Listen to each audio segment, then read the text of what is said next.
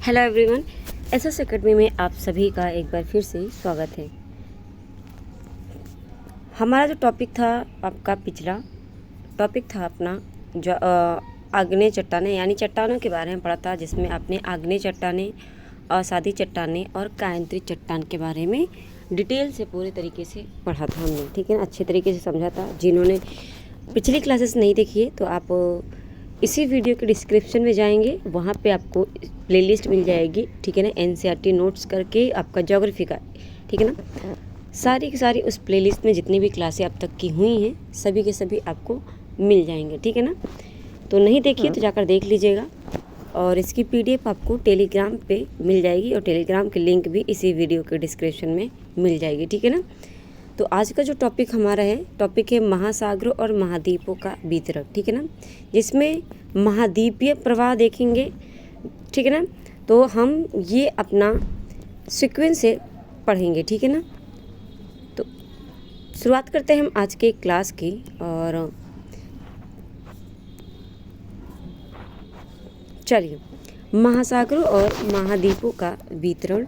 महासागरों और महाद्वीपों का जो वितरण है वो निम्नलिखित प्रकार से होते हैं। जैसे कि आपका पहला है महाद्वीपीय प्रवाह।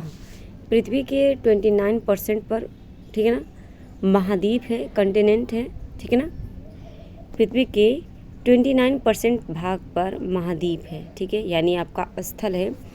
और जितना बचता है आपका 29 के बाद आपका सारा का सारा महासागर है, ठीक है ना, ओशियन है। तो 100% में से आपका 29% पे आपका पृथ्वी है यानी महाद्वीप है, और बाकी जो बचता है वहाँ पे महासागर यानी पूरा जल से भरा हुआ है आपका पृथ्वी। ओके। अटलांटिक महासागरीय तटरेखा की आकृति में दोनों ओर आश्चर्यजनक सममिति, ठीक है, सिमेट्री है। इसी समानता ने दक्षिण व उत्तर अमेरिका तथा यूरोप के एक साथ जुड़े होने की संभावना को व्यक्त करता है। जो अटलांटिक महासागर है उसकी तटरेखा की आकृति जो है उनमें दोनों ओर एक सिमेट्री है, और इसी समानता की वजह से दक्षिण और उत्तर अमेरिका आपका जानते हैं, एक आपका उत्तर अमेरिका है और एक आपका दक्षिण अमेरिका है। और जो इधर आप देखेंगे यूरोप है, ठीक है ना। यूरोप के साथ जुड़े होने की जो क्या है, एक संभावना दिखाई देती है। बात करें हम वर्ष 1956 में सबसे पहले एक डच मानचित्रवेत्ता यानी डच का रहने वाला था एक मानचित्रवेत्ता जिसका नाम था अब्राहम आर्टलेशियस, ठीक है, अब्राहम आर्टलेशियस। इसने यह संभावना व्यक्त किया था 1956 में, ठीक है ना। एंटोनियो पेलेग्रीनी एक मानचित्रकार थे, ठीक है ना। और इन्होंने एक मानचित्र बनाया जिसमें तीनों महाद्वीपों को एक साथ दिखाया गया था, ठीक है ना। तीनों महाद्वीपों को एक साथ दिखाया गया था। और महाद्वीपीय विस्थापन सिद्धांत क्या है ये देख लीजिएगा। जर्मन के जो मौसम वैज्ञानिक हैं अल्फ्रेड वेगनर, इन्होंने महाद्वीपीय विस्थापन सिद्धांत दिया, कॉन्टिनेंटल ड्रिफ्ट थ्योरी दिया था। कब? 1912 में, ठीक है ना। 1912 में इन्होंने दिया, जो महाद्वीपों और महासागरों के वितरण से संबंधित था। इस सिद्धांत की आधारभूत संकल्पना यह थी कि सभी महाद्वीप एक अकेले भूखंड से जुड़े हुए थे। वेगनर के अनुसार, यहाँ से इम्पोर्टेंट है, ध्यान में रखेंगे, वेगनर के अनुसार आज के सभी महाद्वीप इस भूखंड के भाग से थे, ठीक है ना। जितने भी आज के महाद्वीप हैं, वेगनर का कहना था कि जितने भी आपका ये महाद्वीप हैं आज ये एक ही भूखंड के भाग हैं, ठीक है ना। यह एक बड़े महासागर से घिरा हुआ था। इन्होंने इस बड़े महाद्वीप को पेंजिया नाम दिया। तो आप जानते हैं पेंजिया, पहले पेंजिया था और ये क्या है, पानी चारों तरफ था और ये एक ही भाग था। यही टूट कर क्या है, अलग अलग महाद्वीप का निर्माण होता है। ओके, पेंजिया का अर्थ क्या होता है? तो पेंजिया का जो अर्थ होता है संपूर्ण पृथ्वी यानी पूरी पृथ्वी, ये पूरा का पूरा था और यही टूटकर आपका क्या बनता है, महाद्वीप अलग अलग बनते हैं। तो संपूर्ण पृथ्वी पेंजिया का अर्थ होता है। इसने विशाल महासागर को पैंथालासा, ठीक है, कहा, जिसका अर्थ होता है जल ही जल। तो संपूर्ण जो पृथ्वी है उसको पैंजिया कहा, और जितना महासागर है पूरा उसको पैंथालासा कहा। वेगनर के अनुसार लगभग 20 करोड़ वर्ष पहले पेंजिया का विभाजन हुआ था, ठीक है ना। इनका कहना है कि पेंजिया का जो विभाजन हुआ था वो लगभग 20 करोड़ वर्ष पहले विभाजन हुआ था, ठीक है ना। बात करें या दो बड़े महाद्वीप पिंडों जिसे आप लॉरेशिया और गोंडवाना लैंड कहते हैं। दो महाद्वीपों में ये क्या हुआ था, बड़े बड़े महाद्वीपों में ये खंडित हुआ था, और जिसका नाम था एक का लॉरेशिया, एक का गोंडवाना लैंड, ठीक है। उत्तरी और दक्षिणी भूखंडों के रूप में बटा। तो जो उत्तरी वाला था, यानी आप मान के चले ये एक पृथ्वी का गोला है, ये दो खंड हुआ। ये जो उत्तरी भाग है इसका नाम था क्या, लॉरेशिया, या ठीक है, ये लॉरेशिया था। और जो आपका दक्षिणी भाग था ना, ये इसका नाम था गोंडवाना लैंड, और हमारा जो भारत है इसी गोंडवाना लैंड का भाग है, ठीक है। और फिर ये क्या होता है, लॉरेशिया और गोंडवाना लैंड धीरे धीरे अनेक छोटे हिस्सों में बट गए जो आज महाद्वीप के रूप में जाने जाते हैं। ओके, प्लेट विवर्तनिकी क्या है। महाद्वीपों और महासागरों के वितरण के संबंध में वर्ष 1967 यानी 1967 में मैकेंजी पार्कर, ठीक है, और मार्गन ने विचार दिया कि जिसे क्या नाम है, इन्होंने यह विचार दिया स्वतंत्र रूप से उपलब्ध विचारों को समन्वित कर अवधारणा प्रस्तुत की, जिसे प्लेट विवर्तनी कहा जाता है, ठीक है ना। बात करें एक विवर्तनिकी प्लेट का, ठीक है ना, जिसे आप लिथोस्फीयर प्लेट भी कहते हैं। तो विवर्तनिक प्लेट जिसे लिथोस्फीयर प्लेट भी कहते हैं, ठोस चट्टान का विशाल व अनिश्चित आकार का खंड है जो महाद्वीपीय और महासागरीय स्थल खंडों में मंडलों से मिलकर बना है, ठीक है ना। महाद्वीप और महासागरीय प्लेट दुर्बलता मंडल पर एक दृढ़ इकाई के रूप में क्षैतिज अवस्था में चलायमान है। स्थल मंडल में परपटी एवं ऊपरी मंडल को आप शामिल किया जाता है। तो स्थल मंडल में आप क्या करते हैं, परपटी को और उत्तरी जो मेंटल होता है उसको शामिल करते हैं, जिसकी मोटाई महासागरों में 5 से 100 किलोमीटर और महाद्वीप भाग में लगभग 200 किलोमीटर होता है, ठीक है ना। फिर आपका आता है प्लेट विवर्तनिकी के सिद्धांत के अनुसार पृथ्वी का स्थल मंडल 7 मुख्य प्लेटों व कुछ छोटी छोटी प्लेटों में विभक्त हैं। अब वो प्रमुख बड़ी प्लेट कौन कौन सी हैं ये देख लीजिए। पहला है आपका अंटार्कटिक प्लेट, ठीक है। इसमें अंटार्कटिक और इसके चारों ओर से घेरती हुई महासागरीय प्लेटें शामिल हैं। उत्तरी अमेरिकी प्लेट में इसमें पश्चिमी अटलांटिक तल और दक्षिणी अमेरिकन प्लेट कैरिबियन द्वीप इसकी सीमा का निर्धारण करते हैं। बात करें दक्षिणी अमेरिकी प्लेट की, तो इसमें पश्चिमी अटलांटिक महासागर होता है अटलांटिक तल समेत, और उत्तरी अमेरिकी प्लेट व कैरिबियन द्वीप इसे अलग करता है, ठीक है। फिर आपका आता है प्रशांत महासागरीय प्लेट। प्रशांत महासागरीय प्लेट में सबसे बड़ी प्लेट ये है, ठीक है ना। प्रशांत महासागर सबसे बड़ी है, जिसके ऊपर प्रशांत महासागर का अधिकांश भाग होता है। इंडो ऑस्ट्रेलियाई प्लेट, इस प्लेट पर ऑस्ट्रेलिया का महाद्वीप, भारतीय उपमहाद्वीप का अधिकांश भाग तथा बड़ा समुद्री क्षेत्र पाया जाता है इंडो ऑस्ट्रेलियाई प्लेट में। और अफ्रीकी प्लेट जो होता है, इसमें अफ्रीका का महाद्वीप, पूर्वी अटलांटिक महासागरीय तल शामिल होते हैं। यूरेशियाई प्लेट क्या है, इसमें यूरेशिया का अधिकांश भूभाग तथा पूर्वी अटलांटिक महासागरीय तल शामिल होते हैं। कुछ जब महत्वपूर्ण छोटे प्लेट रह गई थी वो प्लेटें आपकी स्थल मंडल पर पाई जाने वाली हैं। कोकोस प्लेट, ठीक है ना। कोकोस प्लेट आपका ये प्लेट मध्यवर्ती अमेरिका और प्रशांत महासागरीय प्लेट के बीच पाई जाती हैं। नज़का प्लेट यह दक्षिण अमेरिका और प्रशांत महासागरीय प्लेट के बीच स्थित होती हैं। अरेबियन प्लेट, इसमें अधिकतर अरब प्रायद्वीप का भूभाग होता है। और फिर आपका आता है फिलिपीन प्लेट, इसमें एशिया महाद्वीप और प्रशांत महासागरीय प्लेट के बीच स्थित होता है ये फिलिपीन प्लेट।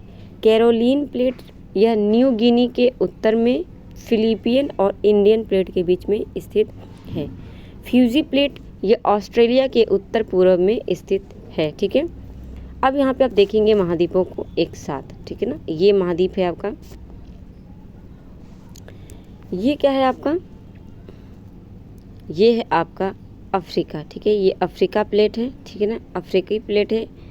और ये आपका अरेबियन प्लेट है। ठीक ना, ये मध्य अटलांटिक कटक है आपका। और ये आप देखेंगे तो दक्षिणी अमेरिकी प्लेट है। और ये इसका बीच में फिर कैरिबियन प्लेट पड़ता है। फिर आपका ये आता है उत्तरी अमेरिकी। ठीक है ना, ये पूरा आपका उत्तरी अमेरिकी आ जाता है।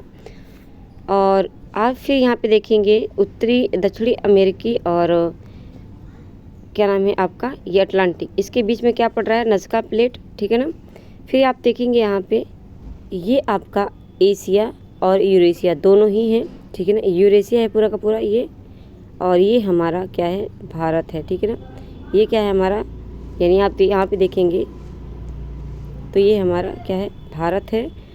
और ये जावा ट्रेंच है, इंडो ऑस्ट्रेलियाई प्लेट इसके नीचे आपको देखने को मिलेगा। और ये फिलीपीन प्लेट है। ठीक है ना, और ये कैरोलियन प्लेट है। तो इसके थ्रू आप अच्छे से देख सकते हैं। ठीक है ना, तो ये ध्यान में आप रखेंगे। ये है ना, ये सारे स्थल महाद्वीप है, बाकी ये सारे के सारे ये क्या है, ये सारे के सारे आपके ये महासागर है। ठीक है, ये सभी पानी भरा हुआ है, ये पूरा का पूरा पानी भरा हुआ है। ओके, बात करें प्लेट संबंधी विवरण की, तो प्लेट संबंधी विवरण क्या है, महाद्वीप और महासागरीय प्लेटें पृथ्वी पर लगातार विचरण कर रही हैं वेगनर के अनुसार। ठीक है ना, वेगनर के अनुसार केवल महाद्वीप गतिमान है, महासागर नहीं। तो इनका कहना है कि महाद्वीप जो है ये गतिमान है लेकिन महासागर नहीं, लेकिन यह गलत है, यह कल्पना इनकी गलत है, माना नहीं गया है। महाद्वीप एक प्लेट का हिस्सा है जो चलायमान है, यह एक निर्विवाद तथ्य है। वेगनर के अनुसार आरंभ में जो सभी महाद्वीपों से मिलकर बना एक सुपर महाद्वीप, सुपर कंटिनेंट, जिसे आप पेंजा के रूप में जानते हैं। ठीक है ना, तो ये था। फिर पूरा चुंबकीय, यानी आपका क्या है, पूरा चुंबकीय, ठीक है ना, पूरा चुंबकीय आंकड़ों के आधार पर वैज्ञानिकों ने विभिन्न भूकालों में प्रत्येक महाद्वीप खंड की अवस्थिति निर्धारित की। भारतीय उपमहाद्वीप अधिकांशतः, जिसमें आपका प्रायद्वीपीय भारत है, तो प्रायद्वीपीय भारत की अवस्थिति नागपुर क्षेत्र में पाई जाने वाली चट्टानों के विश्लेषण के आधार पर आंकी जाती है। तो नागपुर आपका कहाँ पे है, नागपुर आपका कहाँ पर है, महाराष्ट्र में है। ठीक है ना, तो इससे आपका ये जो है अनुमान लगाया जाता है। ठीक है, प्लेट की सीमाएं क्या हैं, प्लेट संचरण के फलस्वरूप 3 प्रकार की प्लेट की सीमाएं होती हैं। पहला है अपसारी सीमा, ठीक है ना, और फिर आपका है अभिसरण सीमा, फिर आपका आ जाता है रूपांतर सीमा। अभिसारी सीमा क्या है, अपसारी सीमा सबसे पहले देखेंगे, जब दो प्लेटें एक दूसरे से विपरीत दिशा में अलग हटती हैं, ठीक है ना, और नई परपट्टी का निर्माण करती है, तो उन्हें अपसारी प्लेट कहते हैं। डाइवर्जेंट, ठीक है ना, वह स्थान जहाँ से प्लेट एक दूसरे से दूर होती हैं, इन्हें प्रसारी स्थान या स्प्रेडिंग साइट भी कहा जाता है। तो जहाँ पे एक दूसरे से प्लेट दूर हटती है तो उसे प्रसारी स्थान या फिर सेपरेटिंग स्थान या साइट कहते हैं। अपसारी सीमा का सबसे अच्छा उदाहरण क्या है, मध्य अटलांटिक कटक, ठीक है ना, मैंने दिखाया अभी मैप में, मध्य अटलांटिक कटक, यहाँ से अमेरिकी प्लेटें, उत्तर अमेरिकी और दक्षिण अमेरिकी प्लेटें तथा यूरेशिया और अफ्रीकी प्लेटें अलग हो रही हैं। ठीक है ना, तो ये क्या है, अपसारी हो जाएंगी। फिर आपका आता है अभिसरण सीमा। अभिसरण सीमा, जहाँ एक प्लेट दूसरी प्लेट के नीचे धंसती है, ठीक है ना, एक प्लेट दूसरी प्लेट के नीचे धंसती है और भूप्रपट्टी नष्ट हो जाती है, ठीक है ना, तो वह अभिसरण सीमा होता है। कन्वर्जेंट बाउंड्रीज होता है वह स्थान जहाँ प्लेट धंसती है, उसे प्रविष्ठन क्षेत्र, सबडक्शन जोन कहते हैं, ठीक है ना, सबडक्शन जोन कहते हैं। अभिसरण 3 प्रकार से होता है, महासागरीय व महाद्वीपीय प्लेटों के मध्य, 2 महासागरीय प्लेटों के बीच और 2 महाद्वीपीय प्लेटों के बीच। तो महासागरीय महाद्वीपों के प्लेटों के बीच भी हो सकता है, 2 महासागरीय प्लेटों के बीच भी हो सकता है, 2 महाद्वीपीय प्लेटों के बीच भी हो सकता है। ठीक है, रूपांतर सीमा, यह वह सीमा जहाँ न तो नई परपट्टी का निर्माण होता है और ना ही परपट्टी का विनाश होता है। ठीक है ना, तो ना ही नष्ट होता है ना ही बिना आपका निर्माण होता है। उन्हें रूपांतर सीमा ट्रांसफॉर्म बाउंड्रीज कहते हैं। इसका कारण यह है कि इस सीमा पर जो प्लेटें होती हैं एक दूसरे के साथ साथ क्षैतिज दिशा में सरक जाती हैं, ठीक है, अथवा घर्षण करती हुई संचलन करती हैं। रूपांतर जो भ्रंश है, रूपांतर भ्रंश ट्रांसफॉर्म फॉल्ट्स तो प्लेटों को अलग करने वाले तल होते हैं जो सामान्यतः मध्य महासागरीय कटकों से लंबवतः स्थिति में पाए जाते हैं। प्लेटें जो प्लेट प्रवाह दर्रे हैं वो क्या है ये देख लीजिएगा, ठीक है ना। देखिए अभी आपका जो है ना ये टॉपिक आपका बहुत लंबा है, ठीक है, टॉपिक काफ़ी लंबा है आपका, तो इसे हम 2 से 3 क्लास में कंप्लीट करेंगे। अब हम यहाँ पे पढ़ेंगे अपना, ठीक है, प्लेट प्रवाह दरें जो हैं आपकी। तो प्लेट प्रवाह दरें की बात करें, सामान्य व उत्क्रमण चुंबकीय क्षेत्र की पट्टियाँ जो मध्य महासागरीय कटक के समांतर पाई जाती हैं। जो प्लेट प्रवाह की दर रेट ऑफ प्लेट मूवमेंट समझने में सहायक सिद्ध हुई हैं, ठीक है ना। तो ये rate of plate movement plate प्रवाह की दर को ये क्या करती हैं, सिद्ध की हैं। आर्कटिक कटक की प्रवाह की दरें होती हैं सबसे कम है जो 2.5 सेंटीमीटर प्रति वर्ष से भी कम है। ईस्टर द्वीप के निकट पूर्वी प्रशांत महासागर उभार ईस्ट पैसिफिक राइज जो चिली से 3400 किलोमीटर पश्चिम की ओर दक्षिण प्रशांत महासागर में तथा इसकी प्रवाह दरें होती हैं सर्वाधिक 5 सेंटीमीटर प्रति वर्ष से भी अधिक होती है, ठीक है। प्लेट को संचालित करने वाले बल कौन से हैं, तो महाद्वीपीय विस्थापन सिद्धांत के अनुसार पृथ्वी ठोस गति रहित पिंड है, ठीक है ना। वही सागरीय विस्तार तथा प्लेट टेक्टोनिक सिद्धांतों के अनुसार पृथ्वी का धरातल तथा भूगर्भ गतिमान है, और ये बात सही है आपकी। ऐसा माना जाता है कि दृढ़ प्लेट के नीचे गतिमान चट्टानें वृत्ताकार में चल रही हैं।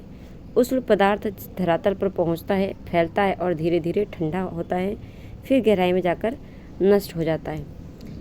यह चक्र बार बार दोहराया जाता है और वैज्ञानिक इसे संवहन प्रवाह कहती है, कन्वेंशनल फ्लो कहती है।